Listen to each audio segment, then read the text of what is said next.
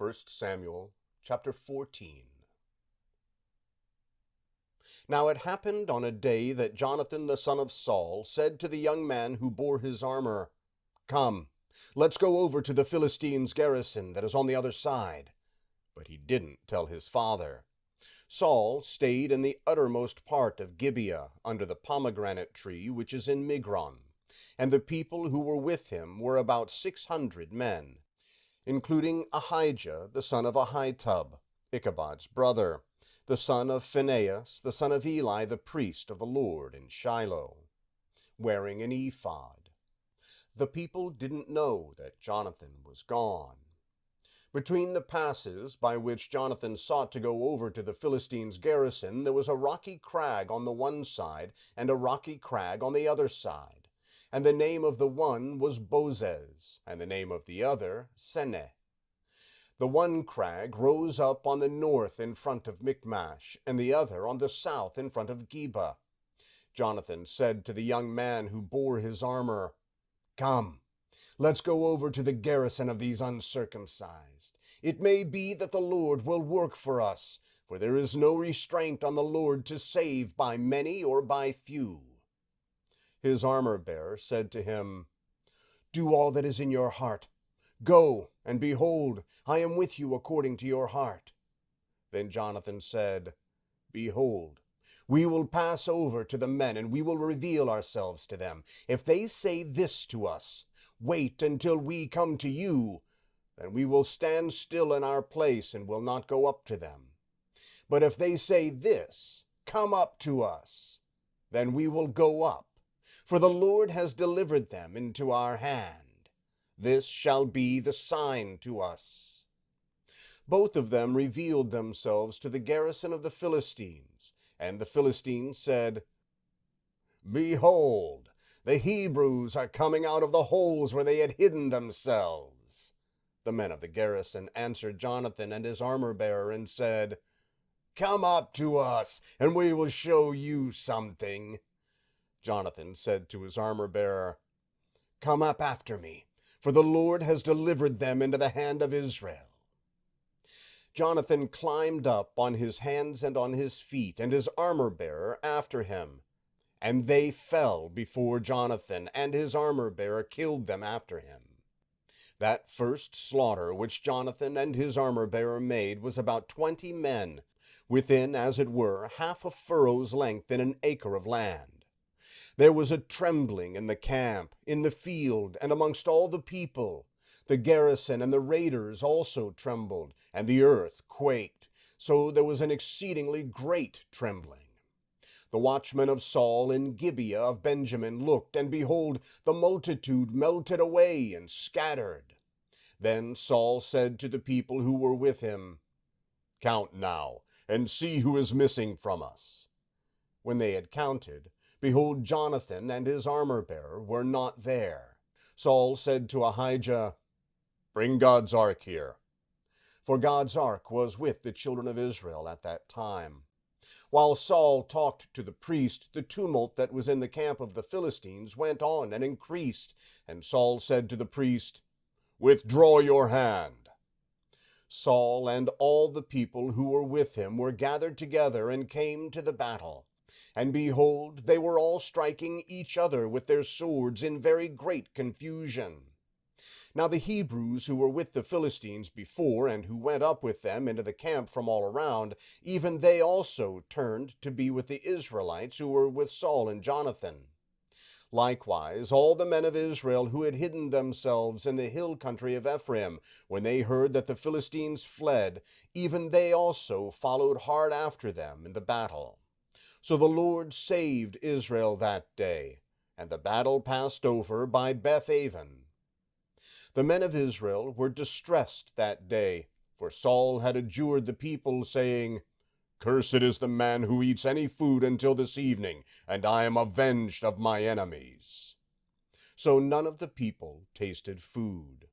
All the people came into the forest, and there was honey on the ground.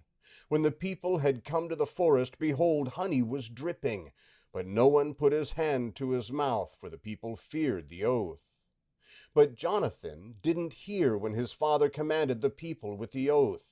Therefore he put out the end of the rod that was in his hand, and dipped it in the honeycomb, and put his hand to his mouth, and his eyes brightened. Then one of the people answered and said, Your father directly commanded the people with an oath, saying, Cursed is the man who eats food today. So the people were faint. Then Jonathan said, My father has troubled the land. Please look at how my eyes have brightened because I have tasted a little of this honey. How much more if perhaps the people had eaten freely today of the plunder of their enemies which they found? For now there has been no great slaughter amongst the Philistines. They struck the Philistines that day from Michmash to Aijalon. The people were very faint, and the people pounced on the plunder and took sheep, cattle, and calves, and killed them on the ground, and the people ate them with the blood. Then they told Saul, saying, Behold, the people are sinning against the Lord, in that they eat meat with the blood. He said, You have dealt treacherously. Roll a large stone to me today. Saul said, Disperse yourselves amongst the people, and tell them, Every man bring me here his ox, and every man his sheep, and kill them here, and eat, and don't sin against the Lord in eating meat with the blood. All the people brought every man his ox with him that night, and killed them there. Saul built an altar to the Lord. This was the first altar that he built to the Lord. Saul said, Let's go down after the Philistines by night, and take plunder amongst them until the morning light. Let's not leave a man of them. They said, Do whatever seems good to you. Then the priest said, Let's draw near here to God. Saul asked counsel of God. Shall I go down after the Philistines? Will you deliver them into the hand of Israel? But he didn't answer him that day. Saul said, Draw near here, all you chiefs of the people, and know and see in whom this sin has been today. For as the Lord lives, who saves Israel, though it is in Jonathan my son, he shall surely die. But there was not a man amongst all the people who answered him. Then he said to all Israel, You be on one side, and I and Jonathan my son will be on the other side. The people said to Saul, Do what seems good to you. Therefore Saul said to the Lord, the God of Israel, Show the right. Jonathan and Saul were chosen, but the people escaped.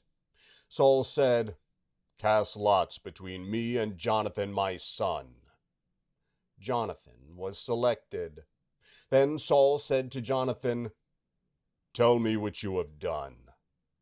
Jonathan told him and said, I certainly did taste a little honey with the end of the rod that was in my hand, and behold, I must die.